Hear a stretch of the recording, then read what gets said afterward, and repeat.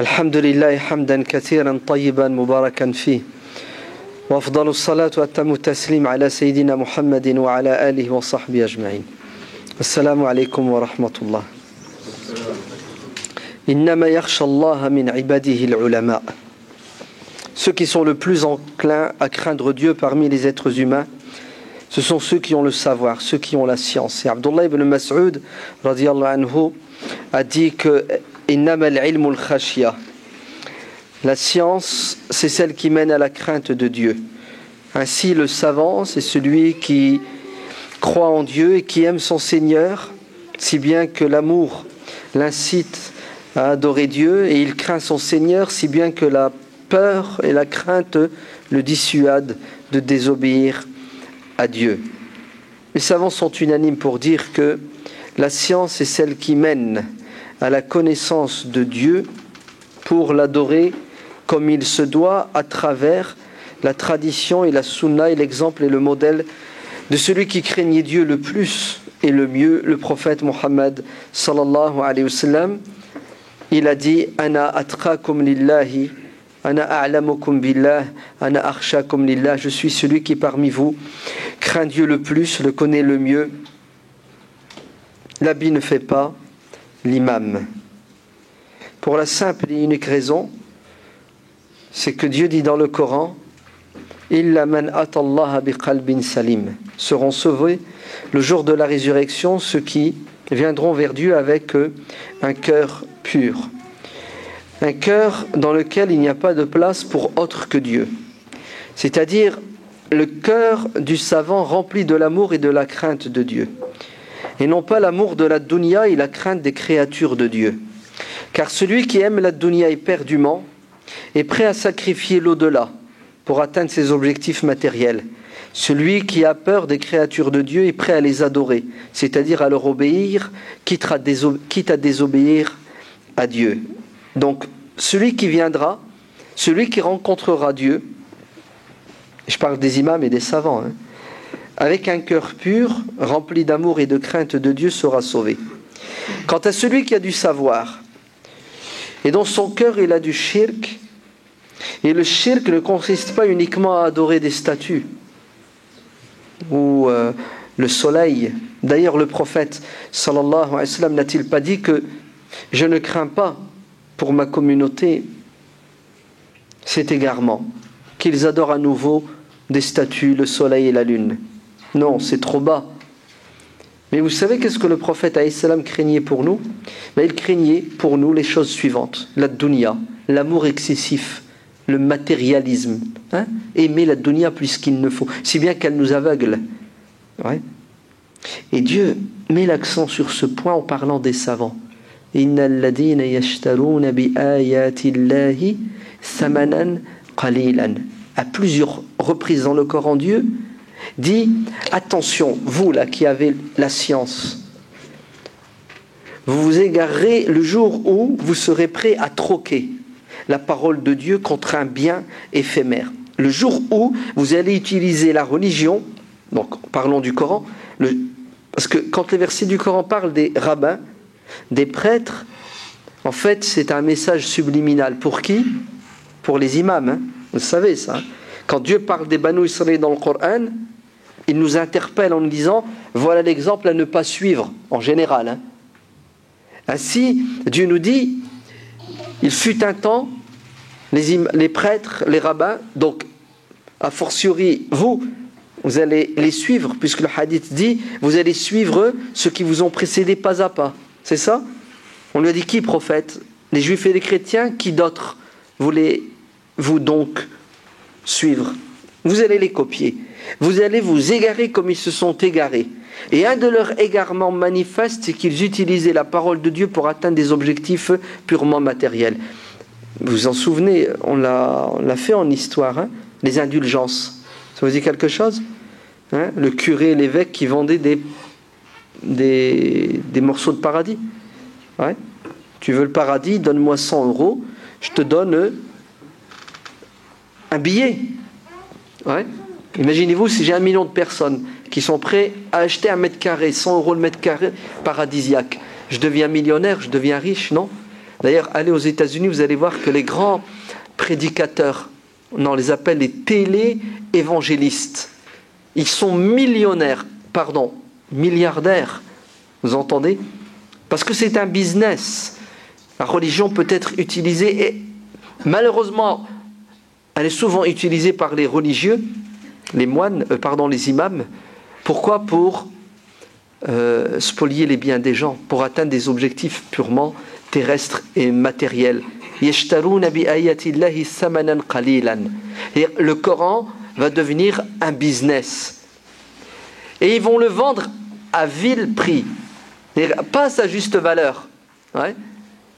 Je vais te faire une roquia à 50 €, à 100 €. Ouais. Et je sais très bien que tu n'as rien du tout. Hein. Mais bon, business is business. Ouais. Tu es en dispute avec ta femme, tu viens me voir et tu me dis, ça va pas. Je crois qu'on lui a fait quelque chose. La belle-mère, hein. N'est-ce pas? Tu peux pas, s'il te plaît? Pas de problème, j'ai les versets appropriés.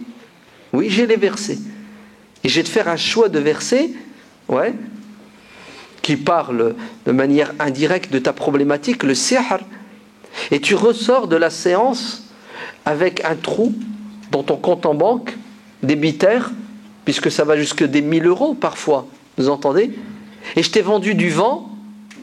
Tout ça au nom de quoi? Au nom de la religion, j'ai abusé de ta faiblesse. Oui, ils faisaient ça jadis et ils continueront à le faire jusqu'à la fin des temps, malheureusement, parce que l'habit ne fait pas l'imam. Le prophète sallallahu alayhi wa sallam a dit dans le sahih de l'imam Muslim, d'après Abu Huraira, Inna Allah la yanduru ila suwarikum. Dieu ne regardera pas vos apparences physiques, vos vêtements. Et tromper les gens, n'est-ce pas, avec votre accoutrement. Mais vous ne pouvez pas tromper Dieu. Dieu, il sait ce qu'il y a dans votre cœur. Omar ibn al-Khattab dit, le prophète alayhi salam a dit, فَمَنْ كَانَتْ هِجْرَتُهُ إِلَى دُنْيَا يُصِيبُهَا أَوْ إِمْرَأَةٍ يَنْكِحُهَا. Il y en a qui font l'hijr, non pas pour Dieu et son prophète, pour la religion, mais pour atteindre un objectif purement matériel. Il en est de même.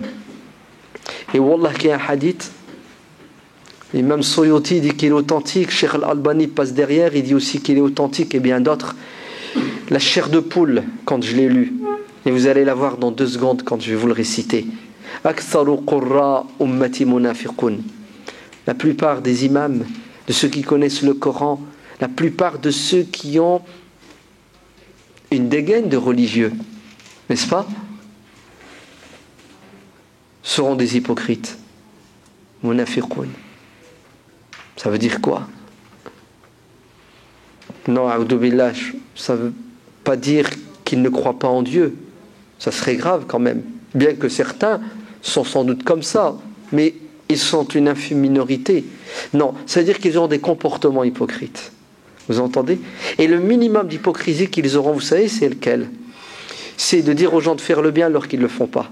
C'est d'inviter, d'inciter les gens à adorer Dieu, à le craindre, et ils ne serviront pas d'exemple.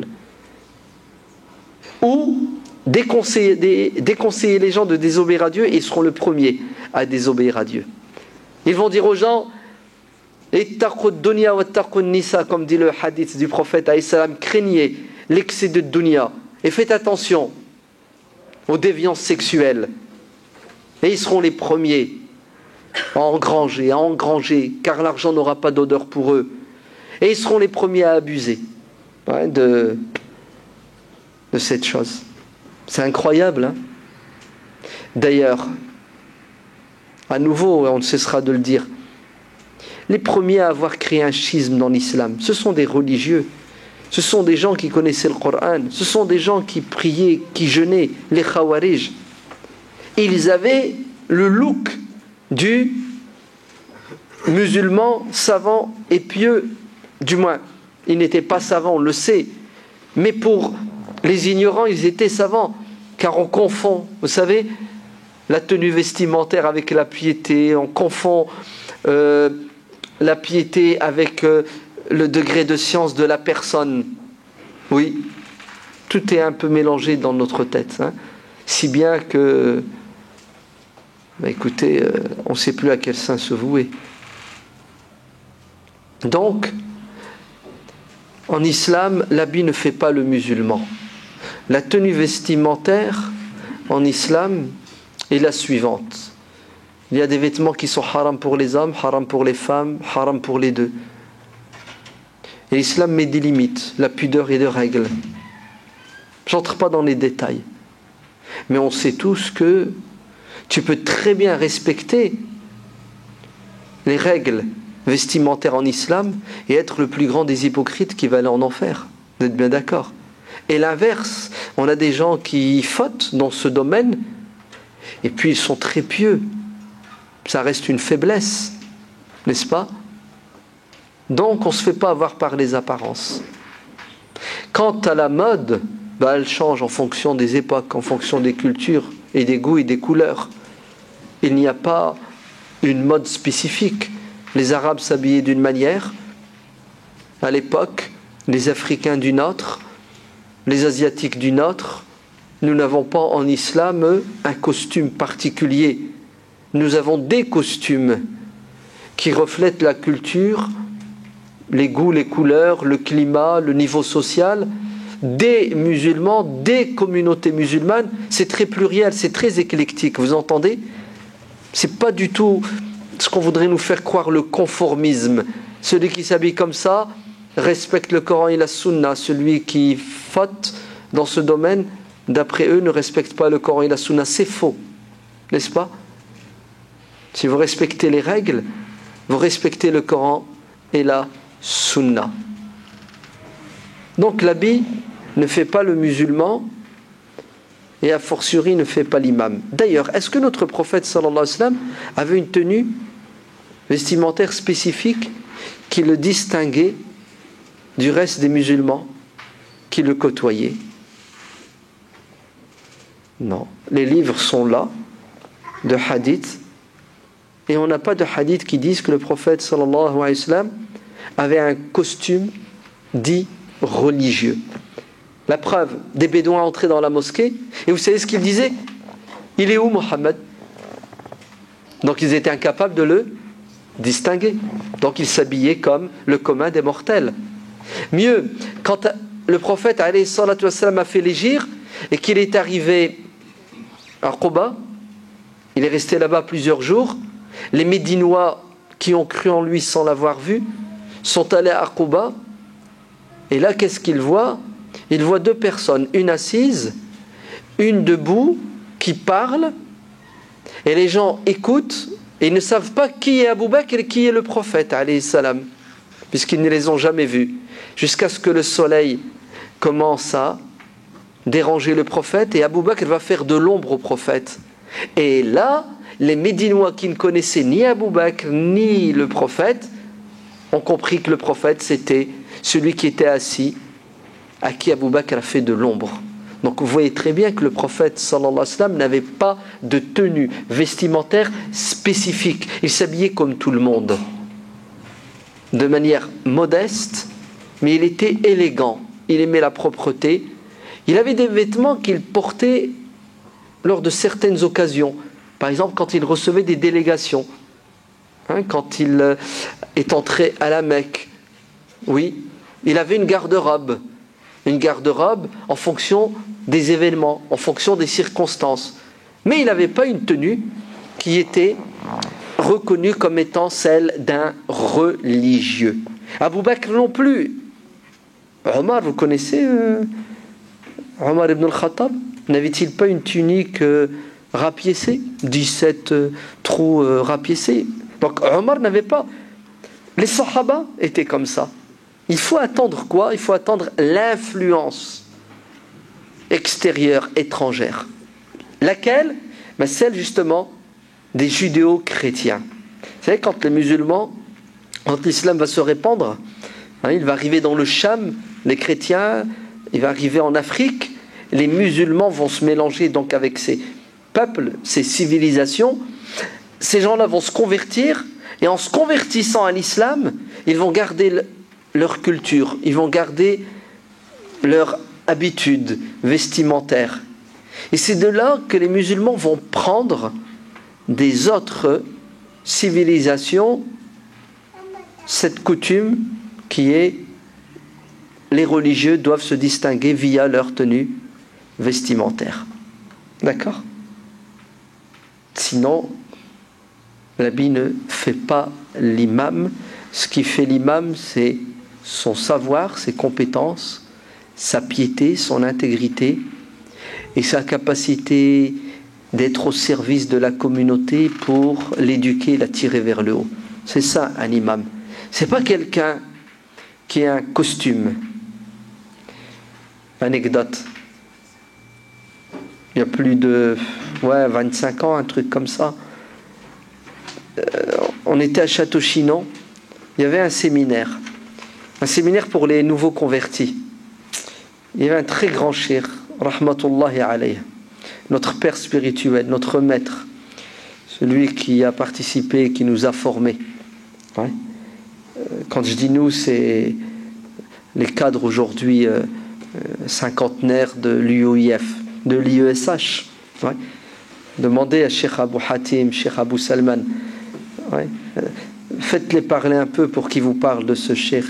Et vous allez voir comment il était important. Le grand cheikh Faisal al-Mawlawi, rahimahullah, qui est décédé il y a 2 ans. Mohamed hoche de la tête dans le fond parce qu'il sait de qui je parle. Ouais. C'est un grand cheikh libanais, un grand juge, magistrat, qui est venu fin des années 70 en France. Il y avait la guerre au Liban. C'est la guerre chrétien, musulman. Donc je crois il avait eu un AVC, il est venu se soigner, il est resté ici en France quelques années.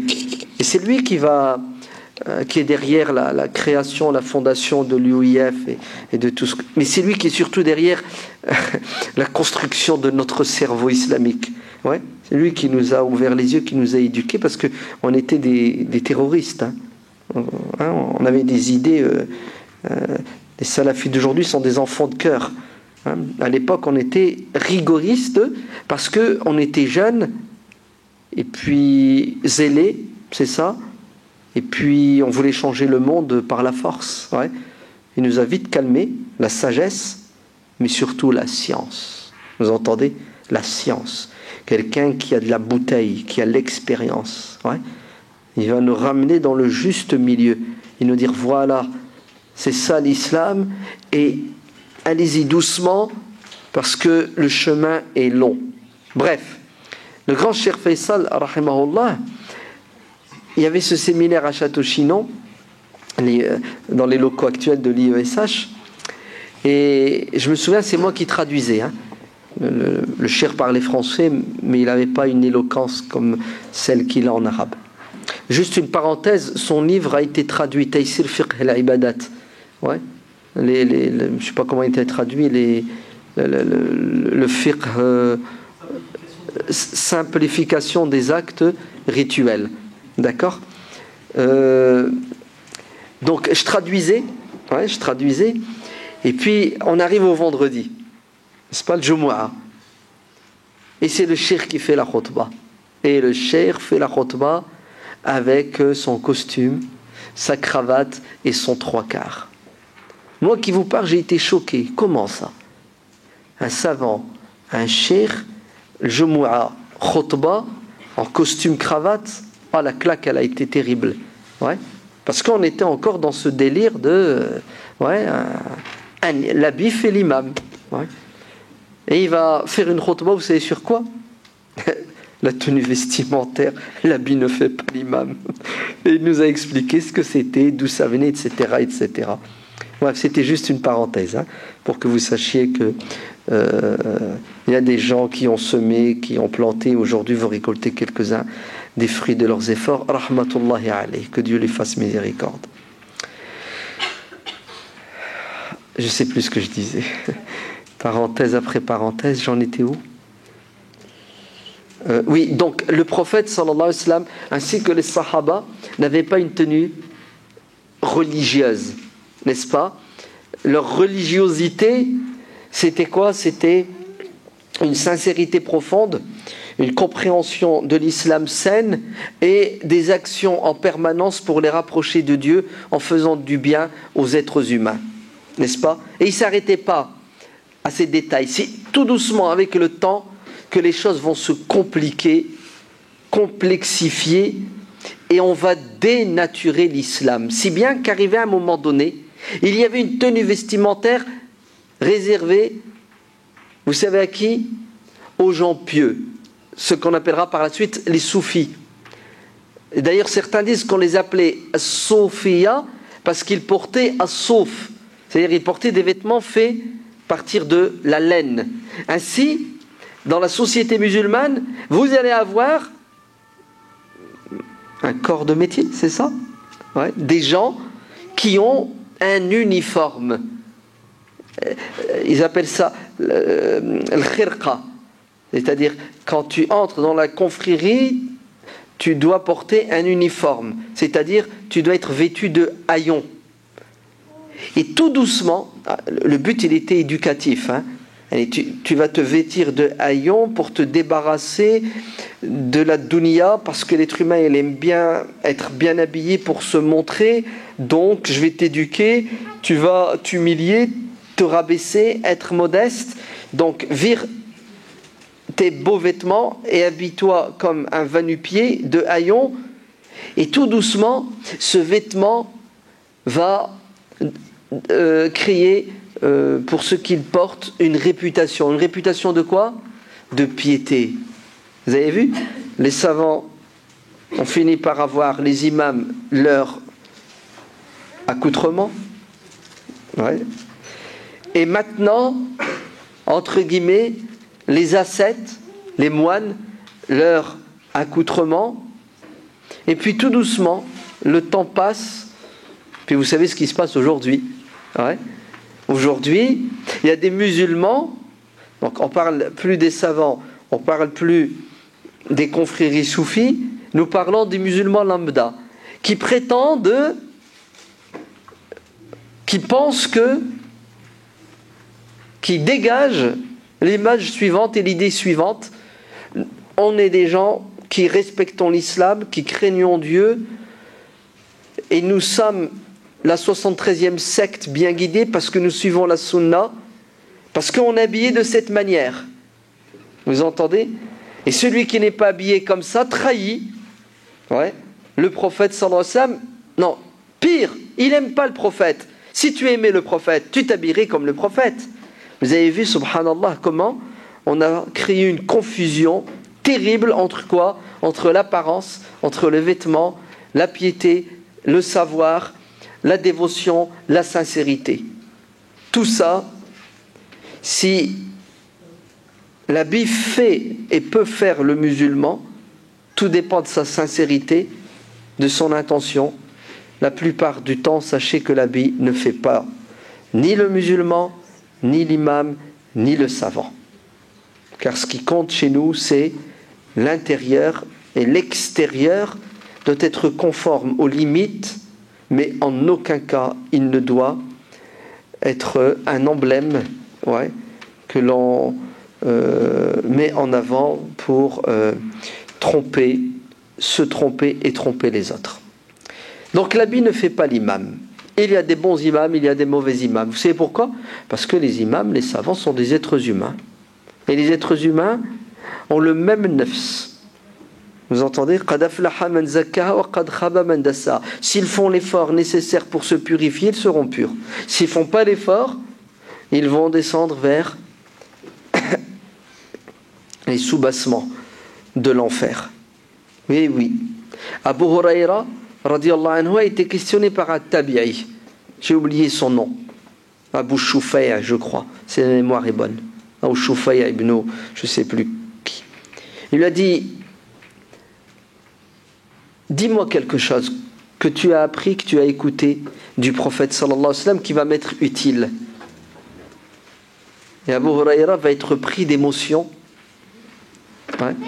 Il va trembler de crainte, de piété, mais aussi de respect envers le prophète alayhi salam.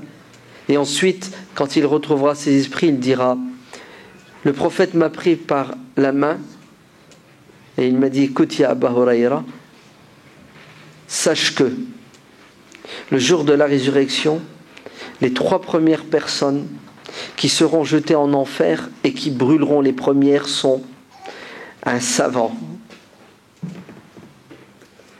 un homme généreux et un martyr. Dieu dira aux anges, mettez-le en enfer. Le savant dira, Seigneur, je connaissais le Coran, je récitais le Coran, j'ai dispensé le savoir, j'ai fait. Dieu dira, effectivement, tout ça, tu l'as fait. Mais tu ne l'as pas fait avec l'intention noble et louable. Mais tu l'as fait pour avoir une notoriété, pour avoir la gloire. Et tu as eu ce que tu voulais sur terre. Pourquoi tu cherches une récompense aujourd'hui? Mettez-le en enfer. Vous vous rendez compte? Les premiers qui vont brûler sont des gens qui en apparence étaient, à nos yeux, d'après nos critères matériels, l'élite, la crème de la société, la science, la générosité. Et le troisième, il est allé au champ de bataille et il est mort. Il faut le faire quand même. Aller jusque la mort pour plaire aux gens, non, ça n'a pas de sens chez nous en islam. Et ces personnes vont aller en enfer. Abu Huraira, quand il raconte ce hadith, il pleure. Ce qu'il craint, il a peur. Il a peur de faire partie de ces gens-là. Et comme ça étaient les sahaba et les salaf salih. Ils se sentaient toujours concernés, puisque Ibn Abi Mulaïka a dit, j'ai connu, donc c'est un tabi'i, j'ai connu dans cette mosquée, la mosquée du prophète sallallahu alayhi wa sallam, plus de 100 compagnons du prophète. Pas un parmi eux ne se sentait à l'abri de l'hypocrisie. Et les sahaba pensaient, c'est pas du cinéma, hein, qu'ils avaient au fond d'eux-mêmes des résidus d'hypocrisie. Ils craignaient Dieu, ils avaient peur de ne pas être sincères. Eh oui. Donc, l'habit ne fait pas l'imam. La preuve, il y a des imams qui vont cramer en enfer. Alors qu'ils avaient le Coran. Alors qu'ils avaient tout ce que vous voulez comme science dite religieuse. Mais ça ne les sauvera pas parce qu'ils n'étaient pas sincères. Abu Huraira, radiyallahu anhu, un jour on lui a fait une reproche, on l'a critiqué. On lui a dit, tu parles beaucoup. Tu n'arrêtes pas. Ouais, c'est trop. Tu as vécu 3 ans avec le prophète sallallahu alayhi wa sallam et tu n'arrêtes pas de citer le prophète, plus d'ailleurs que tous ceux qui l'ont côtoyé pendant 10 ans et plus. Vous savez comment Abu Huraira va répondre? Il dira, c'est parce que il y a un verset du Coran qui m'empêche de me taire, sinon je me tairais. Innal ladina yaktumun. Vous entendez? Ceux qui taisent, et ceux qui savent et qui ne divulguent pas le savoir. Ceux qui savent et qui ont peur de dire la vérité. Ceux qui savent et qui sont lâches et qui n'osent pas mettre leur savoir au profit de l'intérêt général. Alors vous savez ce qu'ils font? Ben, ils se taisent, mais il y a pire que les muets. Il y a ceux qui tordent la parole de Dieu pour qu'elle aille dans le sens de leurs intérêts. C'est un hadith. Le prophète sallallahu alayhi wa sallam dit, celui qui est questionné et qui connaît la réponse et qui ne la donne pas, donc un savant, un imam qui a du savoir et qui se tait alors que les gens ont besoin de son savoir, le jour de la résurrection, il sera en enfer. Et vous savez ce qu'il aura dans la bouche? Ce qu'on met dans la gueule d'un cheval, un morse, mais pas de fer, de feu. Vous entendez? Pourquoi? Parce que normalement les savants s'engagent. Ils s'engagent à quoi? Et ils s'engagent à être des phares, des lumières pour guider les gens, à être des bougies, quitte à se consumer, quitte à perdre la vie. Ouais, c'est le prix, c'est le deal entre Dieu et les savants. Ouais. Je vous ai donné, je vous ai autorisé, je vous ai permis d'avoir en votre sein ma parole, vous devez assumer. Et la moindre des choses, c'est vous devez distribuer, vous devez donner gracieusement. Regardez ce qui va arriver aux imams, aux savants, qui n'ont pas été sincères et qui n'ont pas assumé. Dieu, dans le Coran, nous parle de ces gens-là.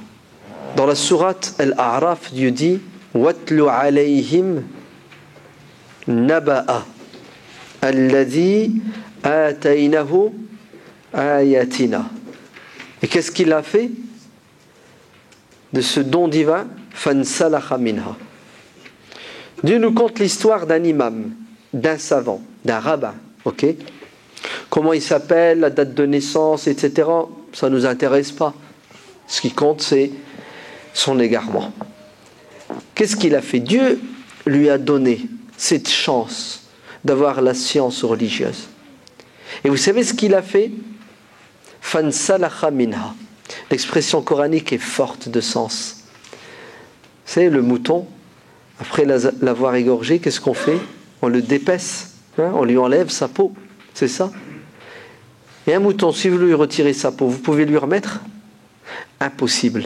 Dieu dit que ce savant Hada, c'est ce qu'il a fait. Il s'est dénaturé. Eh oui. Il a trahi d'une trahison sans précédent. Il a retiré et jeté à la poubelle ce que Dieu lui a donné. C'est sa parole. In salaha minha. Ouais. Il a mué, il a retiré. Sibratullah. Regardez ce qu'il a fait. Tout ça pourquoi? Pour la dunya, pour des biens, pour un salaire, pour un gain. Et il a suivi ses passions. Et il s'est rabaissé, c'est-à-dire qu'il est allé jusqu'à faire les pires des choses, si bien que le diable est devenu son élève. Il est devenu pire que le diable. Eh oui, regardez. L'habit ne fait pas l'imam.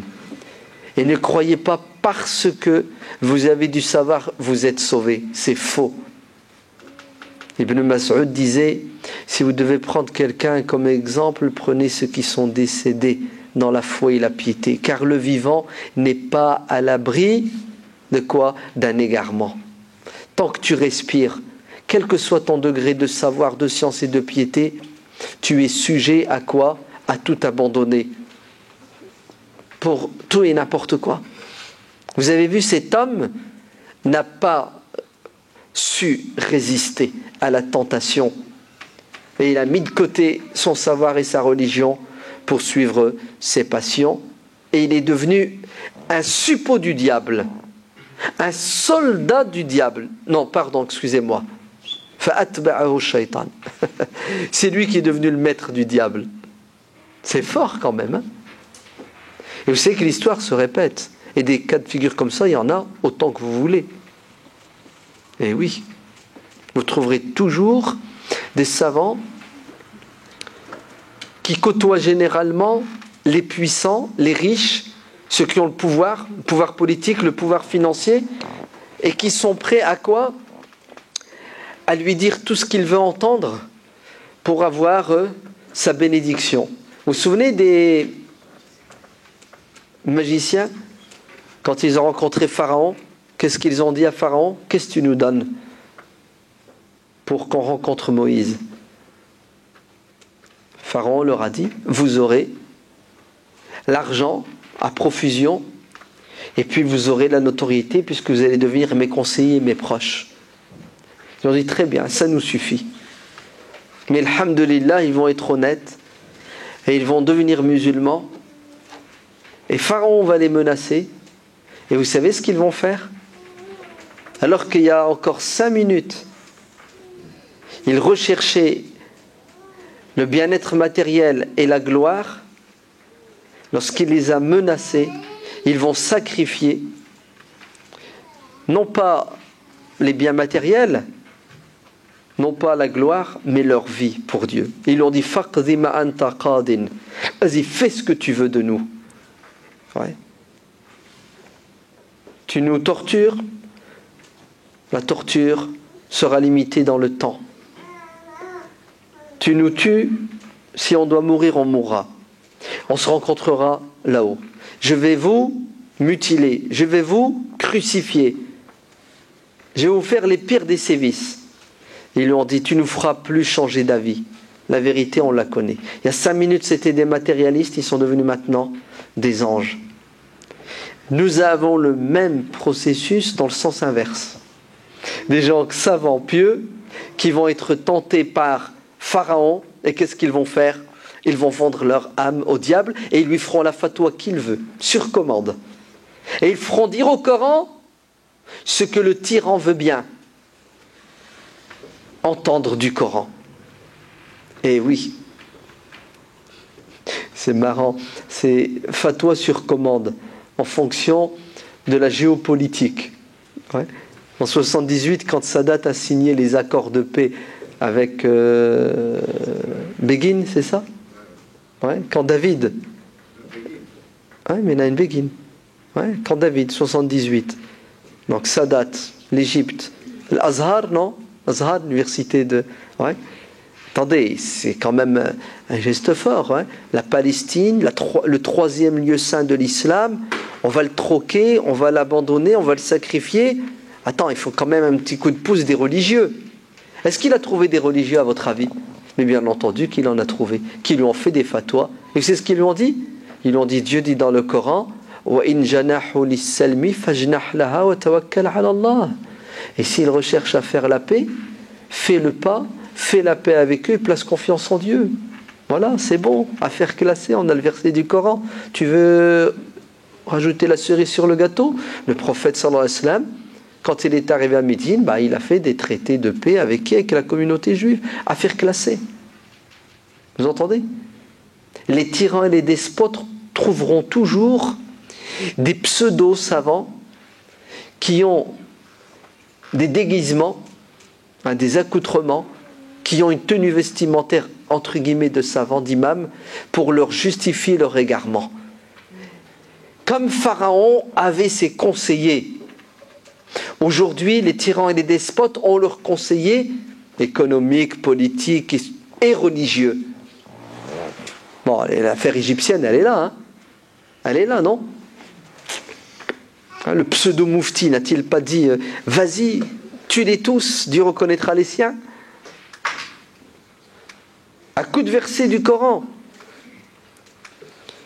Les despotes et les tyrans, les monarques, n'ont-ils pas trouvé des imams et des savants pour leur dire oui, Dieu est avec la royauté. Et en islam, c'est la royauté le meilleur, le seul, pas le meilleur, le seul et unique système de gestion de la société. Très bien. Dalil, c'est quoi ta preuve? Dieu dit dans le Coran, قُلِ اللَّهُمَّ مَالِكَ الْمُلْكِ تُؤْتِي الْمُلْكَ مَنْ تَشَاءُ. Dis ô Seigneur, le maître de la royauté, le maître des rois, tu fais de qui tu veux un roi. Donc, c'est Dieu qui désigne les rois. Et si le mec il est roi, c'est parce que c'est la volonté de Dieu. Attends, il n'y a rien qui se passe sur terre sans la volonté de Dieu. Donc le système divin, c'est le système monarchique. Waouh, pas mal, hein? Eh oui. Tu veux la cerise sur le gâteau? Hadith à l'appui. Écoute et obéis ton dirigeant, même s'il te fouette le dos et te prend tes biens.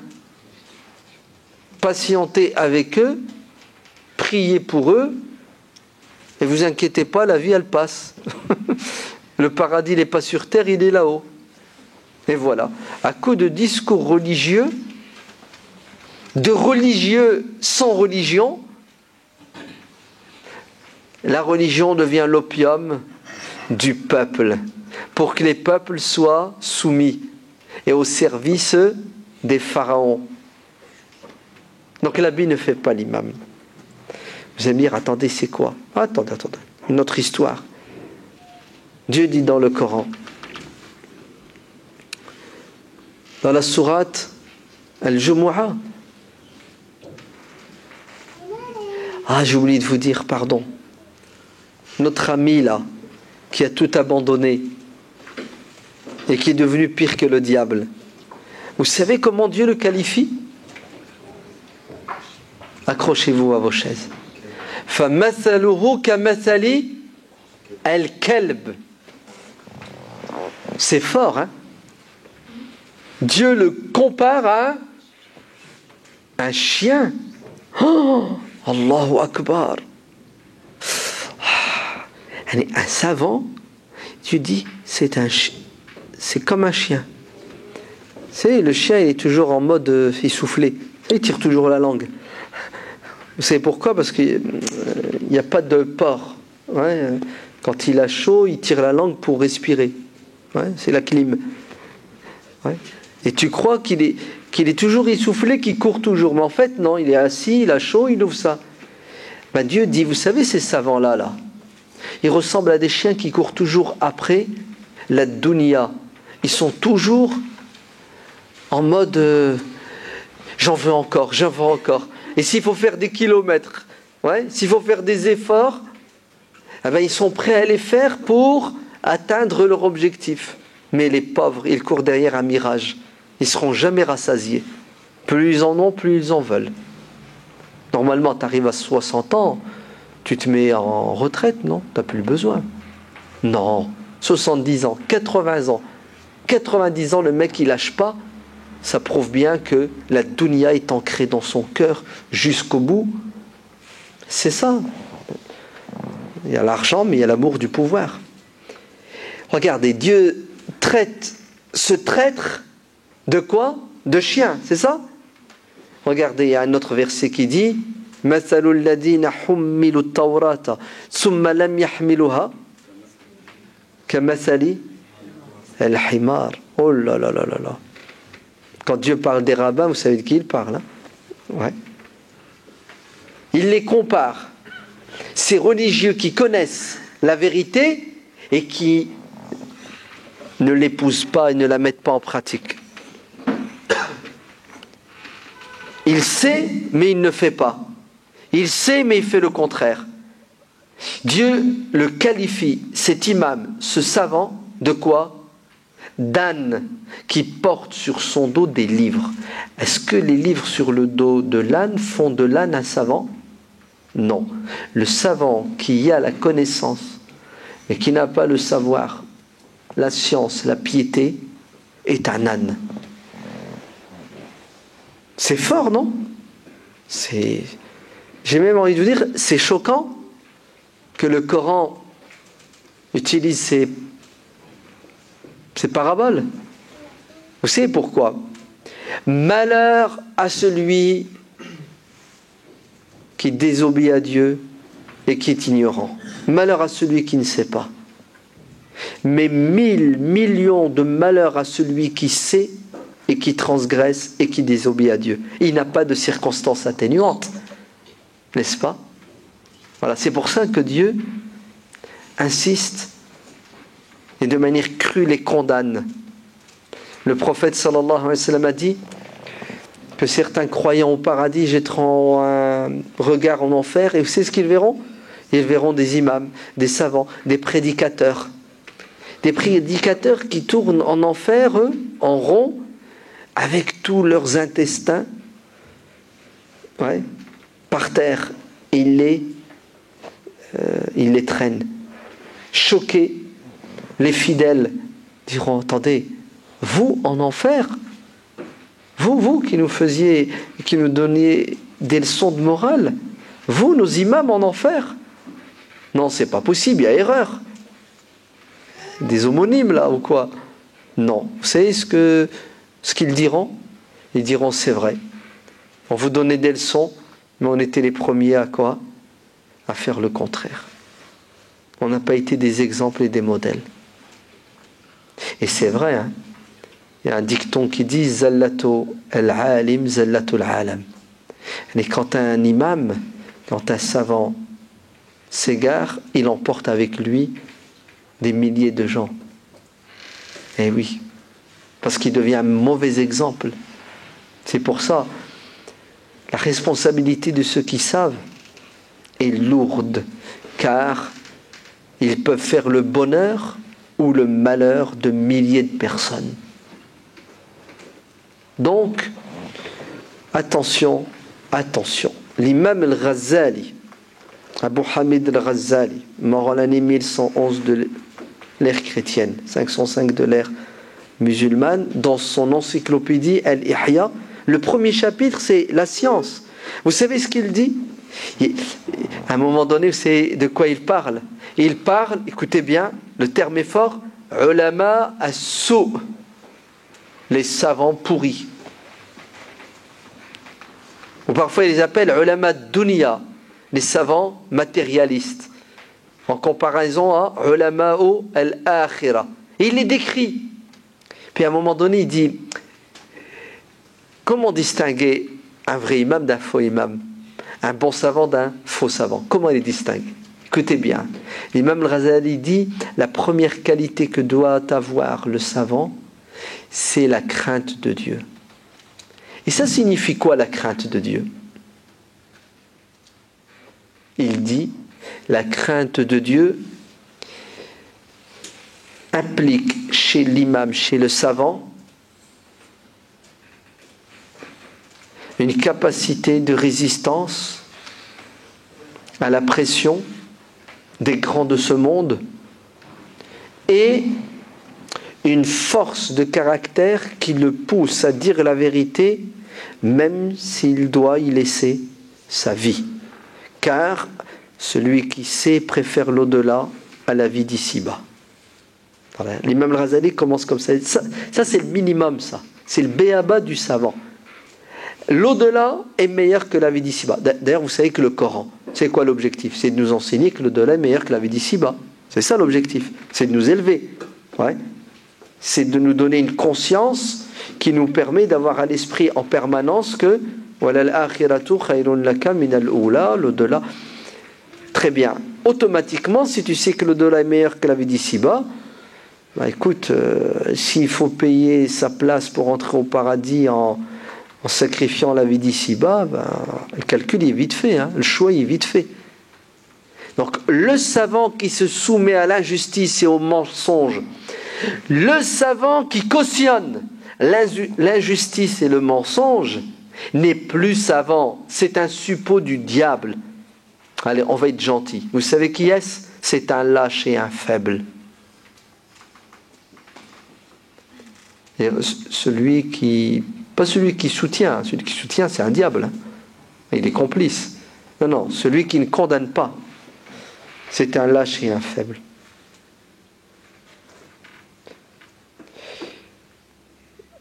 Un grand cheikh qui s'appelle Cheikh Abdelaziz al-Badri, rahimahullah. Il est mort dans les années 60. Il a été tué par le tyran d'Irak de l'époque. Avant Saddam, il y avait un autre tyran.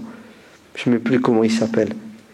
Ils l'ont arrêté, ils l'ont torturé à mort et il est tombé martyr. Il a écrit un livre, ouais, magnifique, super, où il recense la vie de tous ces savants, depuis l'époque des compagnons jusqu'à son époque, qui ont assumé leurs responsabilités quant à la critique des pouvoirs et des régimes despotiques. Et qui ont fini par quoi? Par tomber martyrs. Ouais. Et il les cite. Et wallah, il y en a des dizaines et des centaines et des milliers. Des savants courageux. Alors, ça serait trop long de continuer.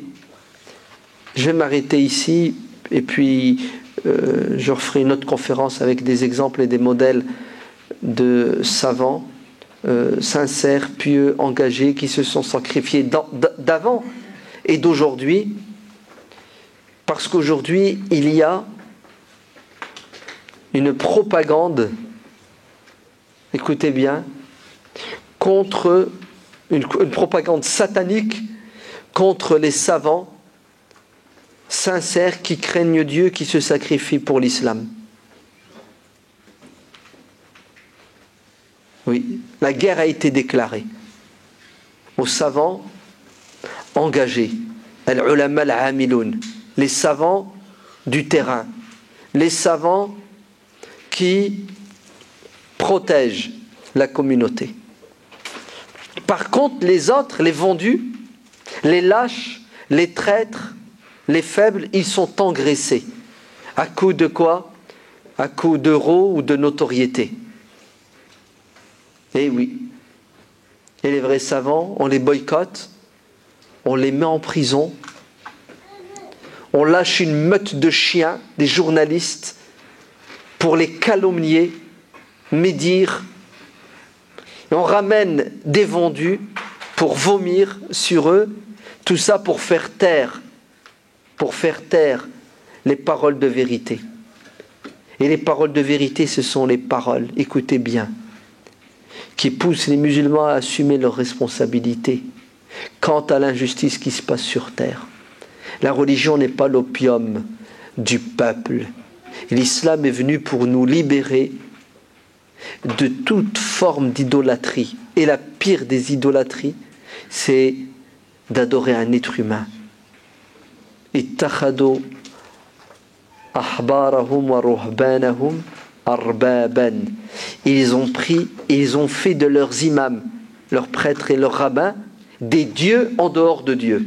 Vous vous rendez compte? C'est-à-dire, on est capable d'adorer un imam, un savant. Le shirk est là. Vous entendez? Les musulmans ne vont pas adorer la lune et le soleil. Mais vous savez ce qu'ils vont faire, les musulmans aujourd'hui? Ils vont se faire aveugler par des pseudo-imams et savants qui vont les endormir avec des discours toujours empruntés dans le Coran et la Sunna, mais le Coran et la Sunna, on peut leur faire dire parfois ce qu'on veut. Donc, les musulmans vont se faire quoi? Vont se faire endormir par des pseudo-imams et des pseudo-savants qui vont les transformer en troupeaux de moutons pour qu'ils se soumettent indéfiniment et sans condition à qui? Aux demi-dieux sur terre, les pharaons, les despotes et les tyrans. Et oui, c'est une réalité. Je vais m'arrêter ici parce qu'il faut bien qu'on s'arrête, n'est-ce pas? Peut-être que vous avez des remarques et des critiques. N'ayez crainte, on est en démocratie. Vous n'avez rien à craindre. Le pouvoir ici en France appartient au peuple. C'est la liberté d'expression totale. Ok? Donc à vous la parole.